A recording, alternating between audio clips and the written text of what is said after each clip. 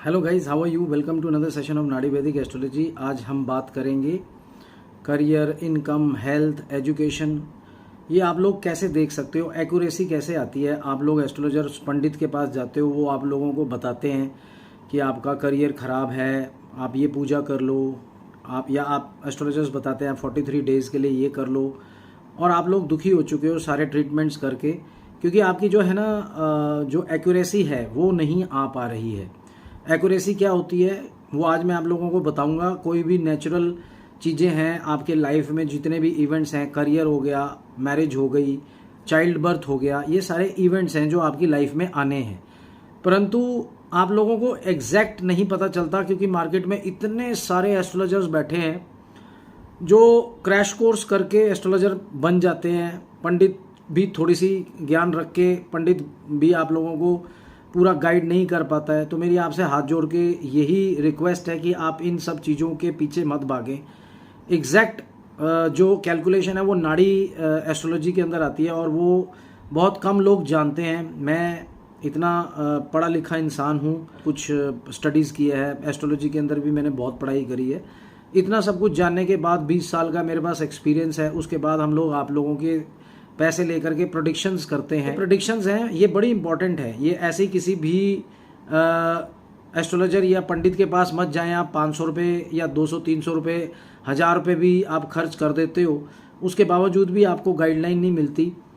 जो एस्ट्रोलॉजर्स हैं वो आप लोगों को बताते हैं कि 43 डेज़ का है, मतलब डराया जाता है, आप लोगों को ट्रैप किया जाता है। पंडित आपको बोलेंगे ये ग्रह शांति कर लो। सबसे ज़्यादा प्रॉब्लम आती है सरदारों को, जो कि इस फील्ड में बिल्कुल भी ज़ीरो हैं। उनको कुछ नहीं पता। उनको ये पता है कि पंडित जी के पास जाना है। हर किसी को यही पता है कि पंडित जी के पास जाना है, सारा सोल्यूशन उनके पास है। सबसे पहला मैं आप लोगों को ये बताऊंगा कि पंडित जी खुद गरीबी की चपेट में हैं। खुद वो बेचारे 500, 200, 300 रुपये लेके आप लोगों का भविष्य बताते हैं। वो क्या आप लोगों की लाइफ सुधारेंगे? और जो ये पढ़े लिखे एस्ट्रोलॉजर्स हैं, इतना पढ़ते हैं, PhD हैं, डॉक्टर्स हैं, तो उन लोगों के पास आप लोगों को घबराहट क्यों होती है? आप लोग उन लोगों के से गाइडेंस क्यों नहीं लेते? क्यों? क्योंकि थोड़ा सा पैसा ज़्यादा लेते हैं वो, इसी करके। यही प्रॉब्लम है आप लोगों की, जो आप लोग थोड़े से पैसों की वजह से पंडितों के पास चले जाते हैं, और पंडित आप लोगों को मिसगाइड करता है। उनको ABCD भी नहीं पता। They do not know a lot of just मतलब एस्ट्रोलॉजी कुछ नहीं जानते हैं वो। They just know how to do puja, marriage कैसे करवानी है, पूजाएं कैसे करवानी है। उनका सारा ध्यान पूजा पे होता है कि कोई ग्रह खराब निकले किसी का, हम उससे ग्रह शांति की पूजा करवाएं, पैसे लें। और यही चलन चलता आया आज तक। आज मैं आपको आपकी आंखें खोलूंगा, मैं आपको बताऊंगा कि मैं आपको स्क्रीन पे ले चलता हूं, मैं आप लोगों को बताऊंगा कि ज़िंदगी के अंदर आप लोगों ने कैसे अपने career, income, marriage, settlement in abroad, marital disputes, love affairs, ये कैसे देखना है या किससे बात करनी है। आप लोग बिल्कुल भी कंफ्यूज मत होएं। आप ये चैनल को सब्सक्राइब करें, मेरे सारे वीडियोस देखें, आप लोगों की आंखें खुल जाएंगी। हेल्थ के अंदर सबसे ज़्यादा इंपॉर्टेंट मैंने वीडियोस बनाए हैं। बैक पेन क्यों होती है, विटिलिगो क्यों है, स्किन डिजीजेस क्यों हैं, वाता पित्ता काफा दोष क्या चीज़ है, इसकी नॉलेज है ही नहीं है पंडितों को, एस्ट्रोलॉजर्स को। तो हम लोगों ने डेप्थ में स्टडी करी है, और उस चीज़ का अगर थोड़ा सा पैसा आपसे ले भी लेते हैं तो मेरे हिसाब से कोई खर्च नहीं है। अगर आपको प्रॉपर्टी खरीदनी है, तो अगर आप पंडित जी से बात करते हो तो वो पूजा करवाएंगे आपसे, कहेंगे जी तब शुभ होगा जब आप ये चीज़ करोगे। एस्ट्रोलॉजर्स के पास जाओगे, वो कहेंगे ये वाली पूजा कर लो, ये आप उपाय कर लो, उससे भी नहीं होता, परंतु आपका नुकसान हो जाएगा, आप गलत प्रॉपर्टी खरीद लोगे। ये कैलकुलेशन है नाड़ी एस्ट्रोलॉजी। कोई थंब इम्प्रेशन या वशीकरण ऐसी नाम की कोई चीज़ नहीं होती। इसको आप प्लीज़ समझें। मैं आपको समझाने की कोशिश कर रहा हूँ, प्लीज़ आपसे ये मैं इसलिए कह रहा हूँ ताकि एस्ट्रोलॉजी का नाम बदनाम ना हो। एस्ट्रोलॉजी पहले ही बदनाम हो चुकी है। हज़ारों लोग एस्ट्रोलॉजी के वीडियोस बना रहे हैं, और जिसकी किस्मत अच्छी है वो बंदा ट्रैप करता जा रहा है लोगों को, और वो फेमस होता जा रहा है। आपको इस एपिसोड में मैं सारा का सारा चीज़ समझाऊंगा कि पंडित क्या बोलता है, कौन से ग्रहों को नीच बोलता है, वो ग्रह कितना पॉजिटिव होता है, नेगेटिव है या पॉजिटिव है, उसकी दशा पीरियड आएगी तो आपको क्या रिजल्ट देके जाएगी। इस चीज़ को प्लीज़ आप समझो। और ख़ास करके जितने भी सरदार हैं, मुस्लिम हैं, सिख, ईसाई, जितने भी हैं, इन लोगों को नॉलेज नहीं है। हिंदुओं को फिर भी नॉलेज होती है कि पंडित के पास जाना है या एस्ट्रोलॉजर। अब उन्होंने रुख कर लिया एस्ट्रोलॉजर्स की तरफ। तो अच्छा एस्ट्रोलॉजर चुनना आपका काम है। मेरे ये वीडियोस देखो, सारे प्लेलिस्ट खोल के देखो सारे वीडियोस, उसके बाद हमारे पे आप 4 पैसे खर्च करो। अब आपको मैं लेकर के चलता हूँ, डिफरेंस बताता हूँ क्या डिफरेंस है इन सब चीज़ों का। तो let us start the video, don't skip, and तक बने रहिए, लगातार देखते रहिए। हाँ तो गाइस, जैसे आप लोग देख रहे हो, ये यहाँ पे मैंने डुअल वीडियो पे इसको शूट करा है ताकि आप लोग मेरे को भी सुन सको और इस वीडियो को भी देख सको। अब ये जोन सा है, ये सारा लगन चार्ट है, ये भवचलित चार्ट है। इसमें हम लोग नाड़ी की ये वाला जोन सा है जहाँ पे मैंने अपनी फ़ोटो लगाई हुई है, वीडियो बना रहा हूँ मैं, ये वाला लगन चार्ट है। इसमें जब गोचर हो रहे थे, इस बंदे का जन्म हुआ 25/2/1983 शाम को 5 बजे का जन्म है, महाराष्ट्र में है। लैटिट्यूड लॉन्गिट्यूड आप देख सकते हो। ये चीज़ें बहुत इंपॉर्टेंट है। और रेक्टिफिकेशन ऑफ बर्थ भी हो जाता है, किसी के पास डेट ऑफ बर्थ या टाइम प्लेस एग्जैक्ट नहीं है तो उनके भी रेक्टिफिकेशन हो जाता है।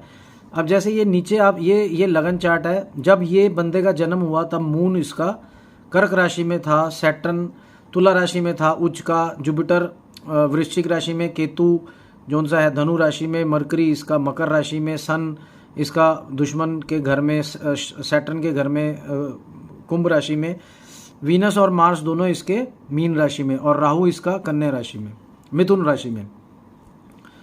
तो इससे आपको एस्ट्रोलॉजर्स और पंडित बताएंगे कि मून जोन सा है कर्क राशि में उच्च का, सैटर्न जोन सा है तुला राशि में उच्च का, वीनस मीन राशि में उच्च का, और सूर्य ये नीच का हो गया, केतु भी ठीक नहीं मानते, जुपिटर वृश्चिक राशि में भी ठीक नहीं है, और राहु भी उच्च का। इसकी कुंडली बहुत अच्छी है, परंतु जब भी मून का पीरियड आता है, मैं अब आपको नीचे ये जोन सा मैं आप लोगों को दिखा रहा हूँ, ये इवेंट्स हैं। जैसे ये मैरिज है, ये अब आप देख रहे हो ना, उसके बाद डॉरी है, डिवोर्स है, लव है, चाइल्ड है। अगर मैं इसका मैरिज का दबाऊंगा तो ये इसकी मैरिज की रिपोर्ट आ जाएगी नाड़ी की सारी। अब यहाँ पे मरकरी बैठा है 10th राशि में, शनि की राशि है, मकर राशि है, और शनि बैठा है तुला राशि में। तो इसका यहाँ पे पंडित जी बोलेंगे कि जी इसकी मैरिड लाइफ बहुत अच्छी है। और यहाँ पे भी अगर आप देखो तो इसकी मैरिड लाइफ में राहु जोन सा है बहुत नेगेटिव प्लेनेट आ रहा है जब भी राहु की दशा आएगी। अब जैसे ये मैं आपको दिखा रहा हूँ, ये राहु अभी इनकी वीनस की चल रही है, और वीनस के अंदर मैं आपको दिखाता हूँ यहाँ पे ये वीनस का इसका पीरियड है 2007 से लेकर के 2027 तक। अब इसमें राहु जा चुका है वीनस के अंदर। राहु जब भी 2015-18 में आया होगा तो राहु ने, जो कि उच्च का बोला जा रहा है, यहाँ पे मैरिड लाइफ में इसने पंगा किया होगा, और इसमें 11-11 है, केवल गेन है, 5-9-11 नहीं है, या 2-7-11 नहीं है, जिससे मैरिज ठीक हो सके। इसी तरीके से सारे प्लैनेट्स हैं।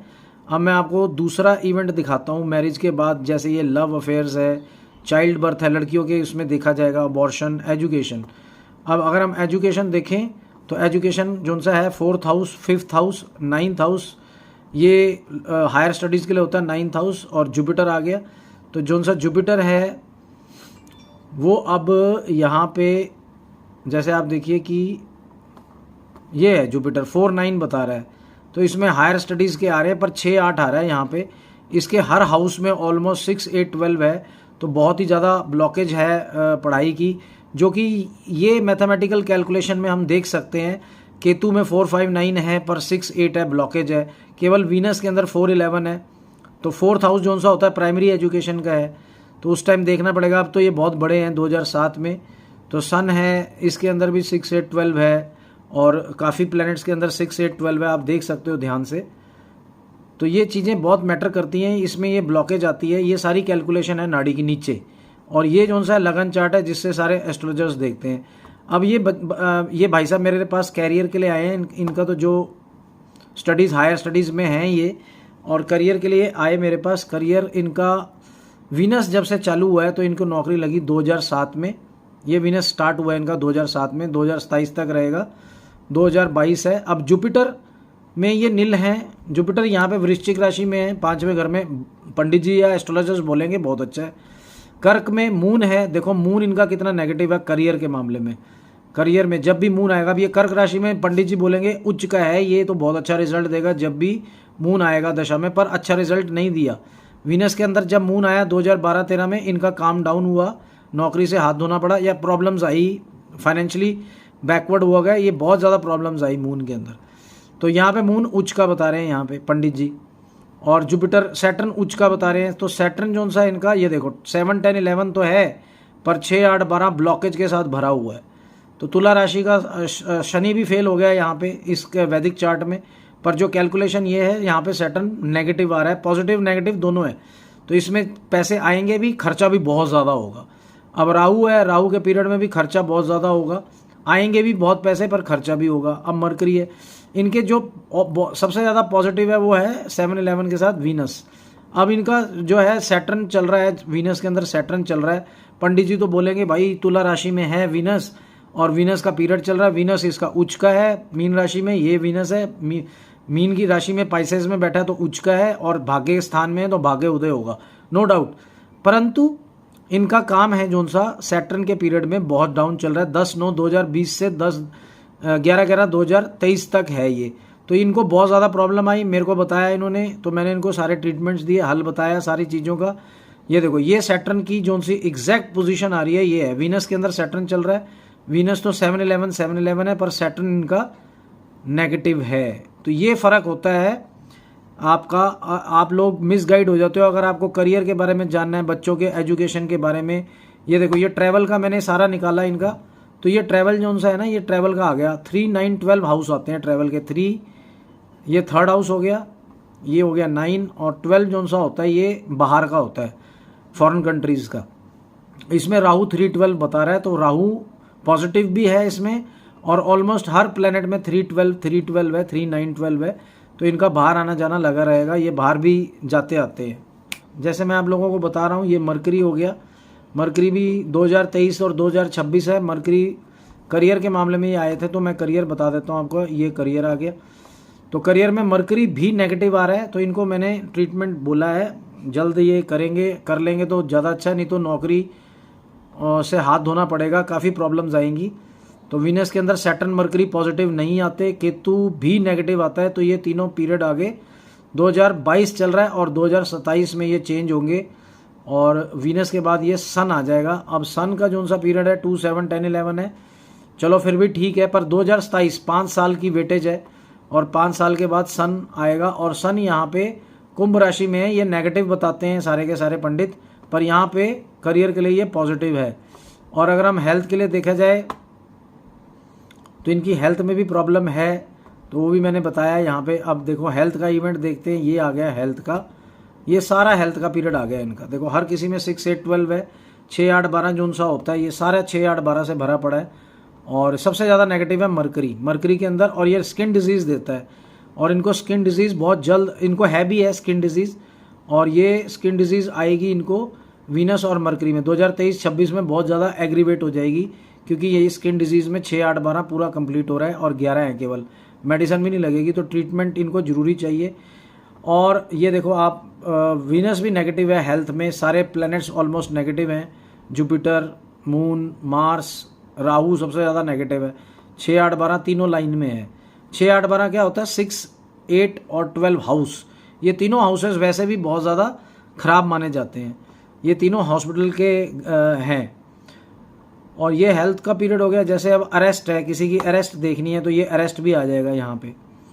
ऐसे ही ये मैथमेटिकल कैलकुलेशन है सर, यहाँ पे पंडित जी का कोई वो नहीं चलने वाला, ये चेंज ऑफ करियर है, कब कब करियर चेंज होगा, केतु करियर चेंज कराएगा, इनका फील्ड चेंज कराएगा।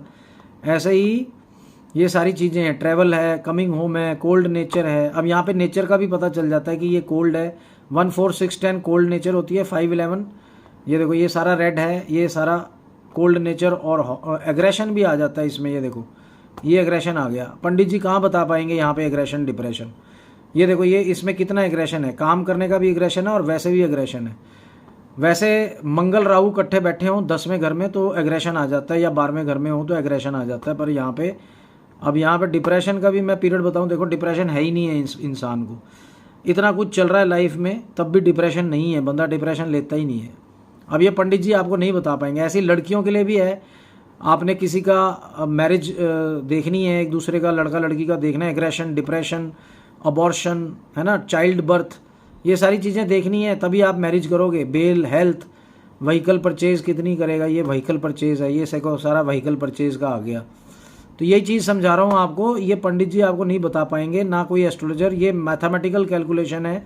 और एजुकेशन का, प्रॉपर्टी का, थेफ्ट ऑफ व्हीकल, यहाँ पे पूरे सारा थेफ्ट ऑफ व्हीकल का ये सारा खतरा बना हुआ। राहु में सबसे पीरियड में है और सन में है, केतु के पीरियड में है। 5-9 आ रहा है तो व्हीकल मिल जाएगी पर चोरी होगी यहाँ पे। तो ये सारी चीज़ें हैं, इसमें थेफ्ट भी है, लविंग एंड केयरिंग भी आ जाता है। तो ये लड़कियों के लिए जानना भी बड़ा ज़रूरी है। ये देखो ये कितना नेगेटिव आ रहा है, लविंग एंड केयरिंग, तो ये आप देख रहे हो।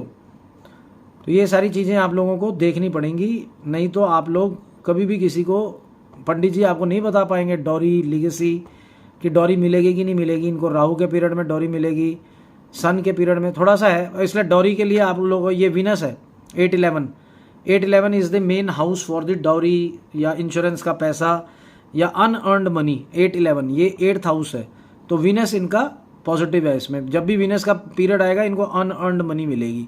ऐसी लव विद फिजिकल रिलेशन आ जाता है। ये देखो ये सारा अपनी वाइफ के साथ है इनका।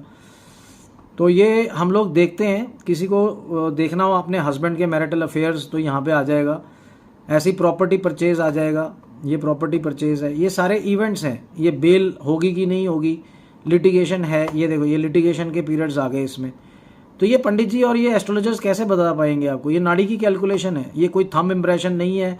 या आप लोग ढूंढते हो कि भी, आप लोगों का एक और क्वेश्चन होता है कि जी मेरे को डेट ऑफ बर्थ नहीं मेरे को, आपका एक और क्वेश्चन होता है कि डेट ऑफ बर्थ नहीं मालूम मेरे को, तो यहाँ रेक्टिफिकेशन ऑफ बर्थ का भी आ जाएगा, चाइल्ड बर्थ का भी है। ये देखो आप ये मैं चाइल्ड बर्थ का दबा रहा हूँ, ये हम वुमेंस का देखते हैं चाइल्ड बर्थ का, तो वहाँ पे हम पीरियड निकाल देते हैं कि यहाँ कंसीव हो जाएगा और आपका बच्चा हो जाएगा, और इस पीरियड में आपको कंसीव करना भी चाहिए। तो विनिंग ऑफ लिटिगेशंस भी आ गया। ये सारे इवेंट्स हैं आपकी लाइफ में। आपका लव होगा, लव विद खाली प्योर लव होगा या फिजिकल रिलेशंस भी आ रहे हैं, चाइल्ड बर्थ, एबॉर्शन तक आ जाता है बच्चों का, लड़कियों का यहाँ पे। तो ये सारी चीज़ें आ जाएंगी। अंडरग्राउंड हो गए, अरेस्ट हो गए, हाउस अरेस्ट हो गए, विन इन लिटिगेशन, बेल होगी कि नहीं होगी, हेल्थ सबसे इंपॉर्टेंट चीज़ है, लव, डिवोर्स, ये सारी चीज़ें हैं। तो यही चीज़ें मैं आपको समझा रहा हूँ कि आप लोगों को कभी भी नहीं पता चलेगा, हमेशा मिसगाइड रहोगे। और जितने भी सरदार देख रहे हैं, अगर इस तरीके से अगर आप अपनी कुंडली दिखवाते हैं मुझसे, तो आपको एग्जैक्ट पोजीशन मैं बता सकता हूं कि आपका क्या होगा, चाहे वो डिवोर्स है, चाहे वो सारे इवेंट्स हैं ये जो मैंने आपको दिखाए। उम्मीद है आपको मेरा ये वीडियो अच्छा लगा होगा, तो ज़्यादा से ज़्यादा शेयर करें और लोगों को बताएं।